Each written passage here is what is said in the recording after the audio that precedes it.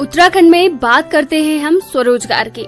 और इस लॉकडाउन के चलते या कोविड-19 के चलते बहुत सारे जो प्रवासी आए थे जिन्होंने कि गांव में आकर अपना रोजगार करना शुरू कर दिया, और हम यूं कह सकते हैं कि वो पूरी तरीके से आत्मनिर्भर हो चुके हैं।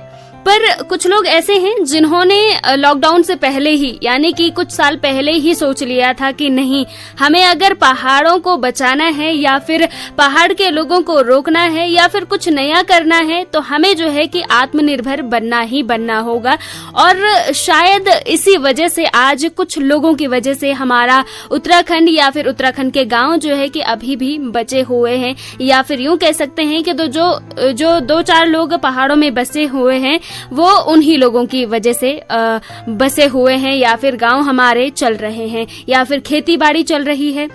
आज ऐसे ही एक मोहतरमा के बारे में आज हम बात करने वाले हैं। जी हाँ, रुद्रप्रयाग की एक लड़की हैं जिन्होंने की पढ़ाई की और पढ़ाई के साथ साथ खुद के पैरों पर खड़ी हुई, और हम यूं कह सकते हैं कि आत्मनिर्भर बनकर लोगों के लिए एक प्रेरणा का स्रोत बनी है। तो मैं बात कर रही हूं रुद्रप्रयाग की बबीता रावत की, जिन्होंने की मशरूम की खेती की, साथ ही साथ हम यूं कह सकते हैं कि जो फसल है, जो सब्जियां हैं, उनको ये लगा कि अगर हम पहाड़ों में रहना चाहते हैं तो केवल जो पारंपरिक खेती है उन्हीं पर निर्भर नहीं रह सकते, कुछ नया भी हम कर सकते हैं। तो उन्होंने सब्जियों के साथ साथ मशरूम उगाना भी शुरू कर दिया है, और क्या कुछ उन्होंने किया है, किस तरीके से किया है, आज हम जानने वाले हैं बबीता रावत जी से। तो चलिए करते हैं उनका स्वागत। हेलो हेलो, वेलकम है बबीता जी, कैसी हैं आप? मैं बढ़िया हूँ मैम। और आपके गांव में, आपकी फैमिली में बाकी लोग कैसे हैं, उनके बारे में बताइए जरा। मैम सब अच्छे हैं और सब मजे में हैं यहाँ पे। बिल्कुल। तो इस लॉकडाउन में, इस कोविड-19 के चलते किस तरीके से सरवाइव कर रहे हैं गांव के लोग? मैम लॉकडाउन में तो लोगों की, अभी सारे गांव वालों की, जो लोग हमारे बाहर थे, प्रवासी लोग प्राइवेट जॉब्स में थे, सारे बेरोजगार होके घर पे आ गए हैं। तो सारे सोच रहे हैं कि हम गांव में किस तरह से स्वरोजगार करें, तो उसी में लगे हुए हैं लोग अपनी अपनी तरफ से कोशिशों में। बिल्कुल, अच्छी बात है। और रुद्रप्रयाग में कोई कोविड-19 का एक्टिव केस आया? मैम आ ही रहे हैं, तो धीरे धीरे केस आ ही रहे हैं, एक एक दो करके आ रहे हैं। तो मतलब नियमों का पालन, यानी कि सोशल डिस्टेंसिंग या फिर मास्क यूज करना, ये सारी चीजें वहाँ पर अच्छे तरीके से हो रही हैं? सर ठीक से तो हो ही रहा है, लेकिन जो बाहर से आ रहे हैं उनमें केस मिल रहे हैं, इस वजह से यहाँ पे भी शायद धीरे धीरे फैल ही रहा है। हाँ, तो इसलिए समस्या हो रही है। अभी हमारे यहाँ पे जो आर्मी कैंटीन है वगैरह, हॉस्पिटल है, जिला अस्पताल है, वहाँ पे भी कुछ केस आए हैं। इसके बाद लोग काफी सतर्क हो गए हैं। जी बिल्कुल, और होना भी जरूरी है। जी जी जी जी बिल्कुल। तो बबीता जी, सबसे पहले तो आप अपने बारे में बता दीजिए कि आप जैसे रुद्रप्रयाग से बिलोंग करती हैं, बट रुद्रप्रयाग के किस गांव से, किस जगह से?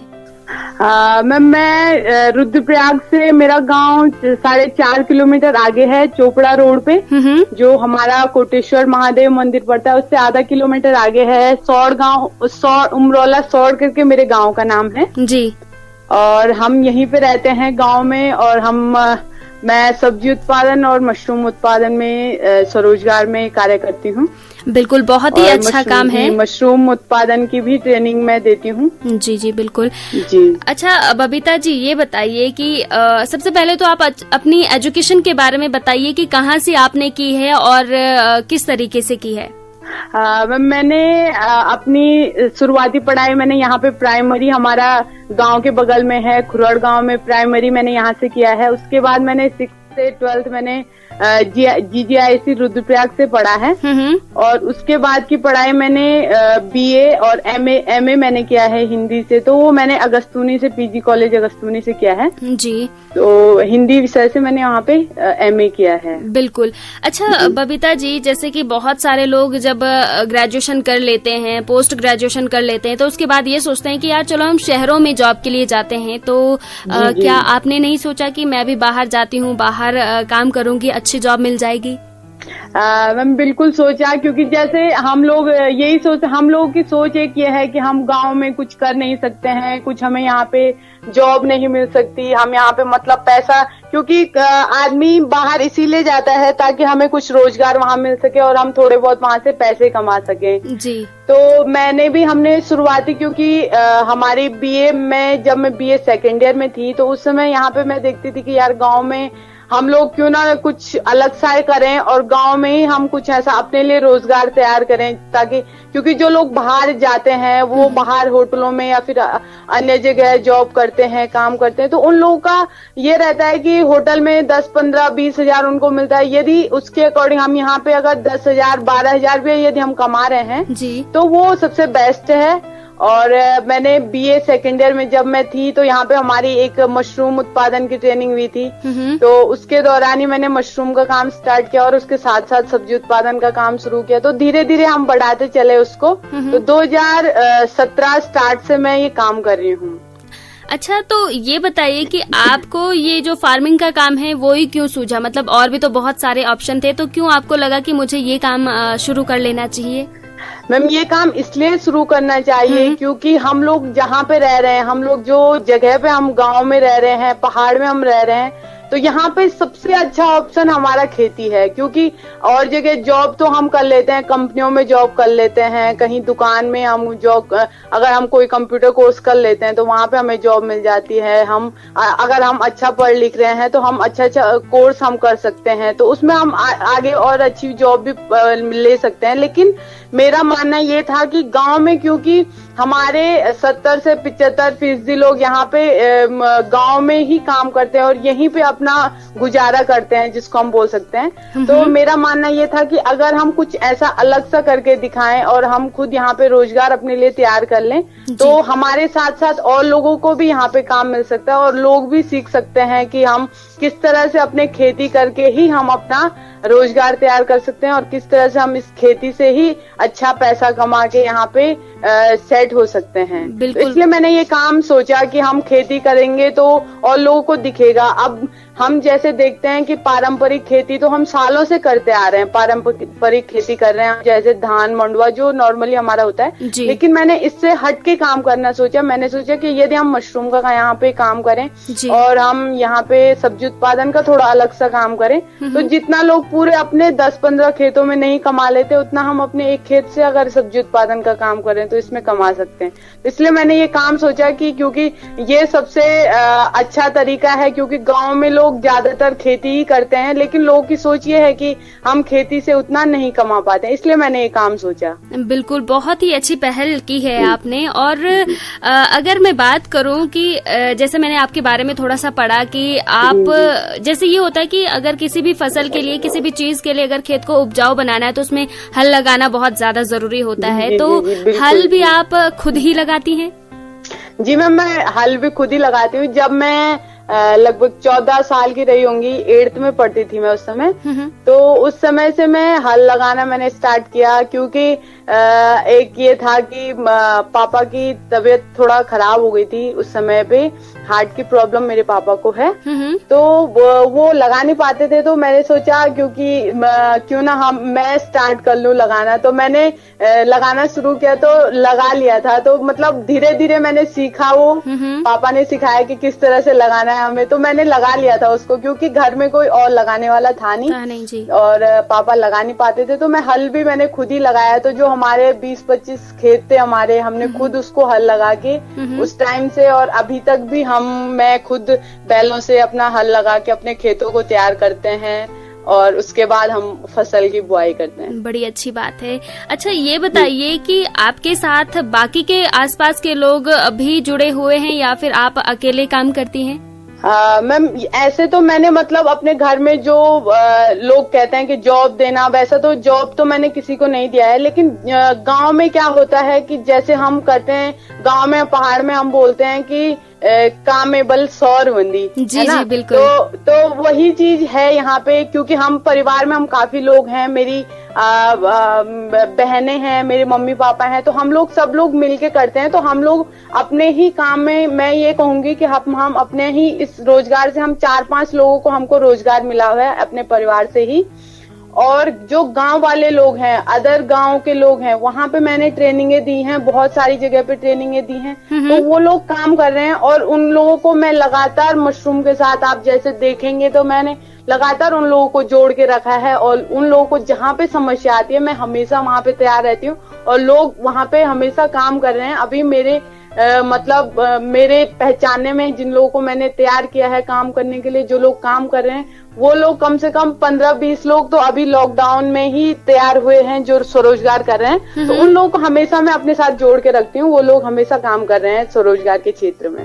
बिल्कुल, बहुत ही अच्छी बात है। और जैसे कई बार होता है ना कि हम एक दूसरे को कॉपी करते हैं, तो जब आपने ये काम स्टार्ट किया तो बाकी के लोगों ने भी आपको देखकर ये सब्जी या फिर मशरूम का काम करना शुरू किया?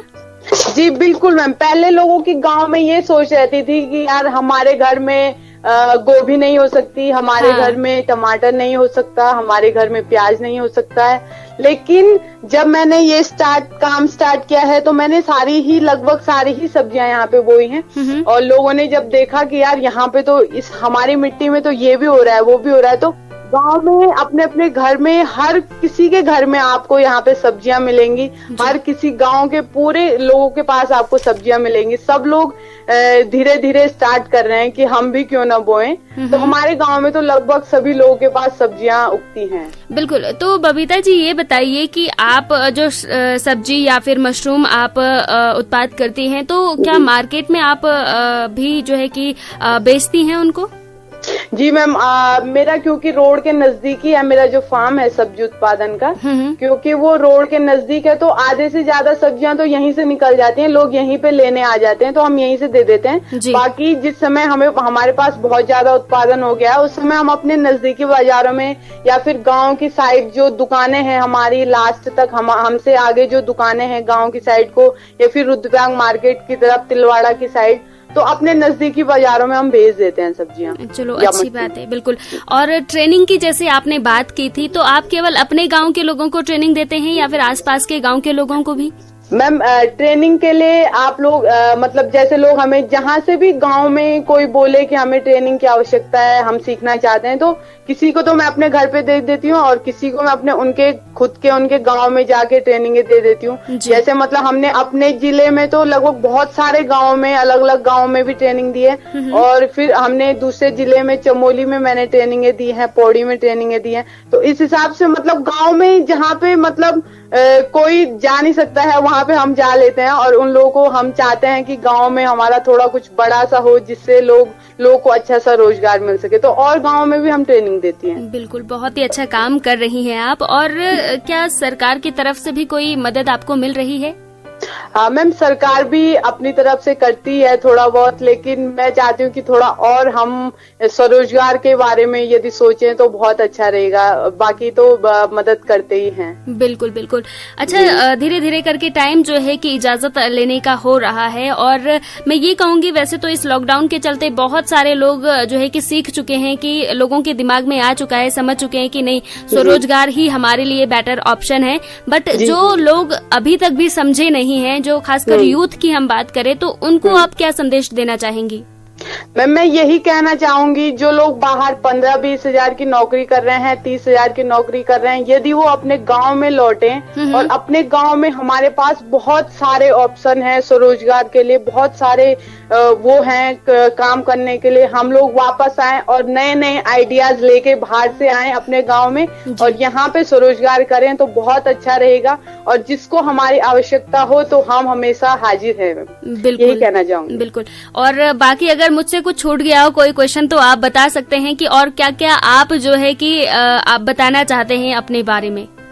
मैम, मैं यही कहना चाहूंगी कि लोग सोचते हैं कि लड़कियां मतलब हमारे यहाँ पे लड़कियां काम नहीं कर सकती हैं, लड़कियां हल नहीं लगा सकती हैं, तो मैं उन लोगों को कहना चाहूंगी कि लड़कियां सब कुछ कर सकती हैं और लड़कियां चाहे तो हमारा बहुत अच्छा बिजनेस स्टार्ट कर सकती हैं और अपने कृषि को लेकर या फिर कोई भी क्षेत्र हो, हमारा एरोप्लेन उड़ाने तक हम काम कर सकते हैं, छोटे स्तर से लेकर बड़े स्तर तक हम काम कर सकते हैं।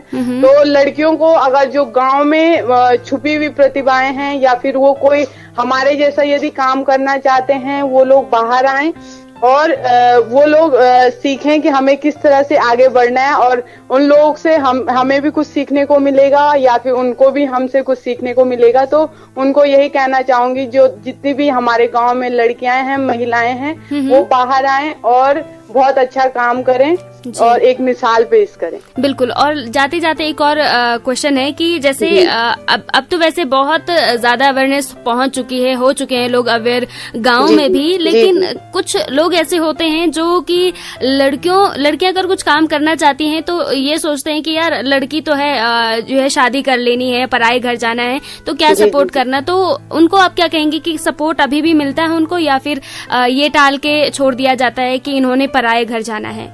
मैं यही कहूंगी कि गांव में कई जगह, तो जैसे हमारे यहाँ पे है, तो हमारे यहाँ पे तो हमें फ्री छूट है कि हम जब तक चाहें मतलब हम अपना काम कर सकते हैं। लेकिन गांव में मेरा मानना अभी तक ये है, मेरे देखने में जो है कि गांव में लोग लड़कियों की शादी जल्दी करवा देते हैं। 18-19 साल की यदि हो गई हैं, 20 साल की यदि हो गई हैं, तो उनकी शादी करवा देते हैं। लेकिन अगर उन पे भरोसा करके उनको थोड़ा सा छूट दी जाए और उनको कहा जाए कि आप अपने स्टाइल से काम करें, अपने तरीके से काम करें, या फिर आप अपने हिसाब से पढ़ाई करें, उस हिसाब से यदि छूट दी जाए उनको थोड़ा बहुत घर की तरफ से, गांव की तरफ से, तो लड़कियां बहुत कुछ कर सकती है। और मेरा मानना ये है कि पहाड़ की लड़कियां तो बहुत मजबूत होती हैं और हर क्षेत्र में बहुत अच्छा काम करके दिखा सकती हैं। यदि उनको थोड़ा सा सपोर्ट मिल जाए कहीं से, तो हर क्षेत्र में बहुत अच्छा काम कर सकती है। बिल्कुल सही आपने कहा है। और बबीता, बहुत अच्छा लगा आपसे बात करके, बहुत सारी जानकारी आपसे मिली है। बहुत बहुत धन्यवाद हमारे साथ जुड़ने के लिए।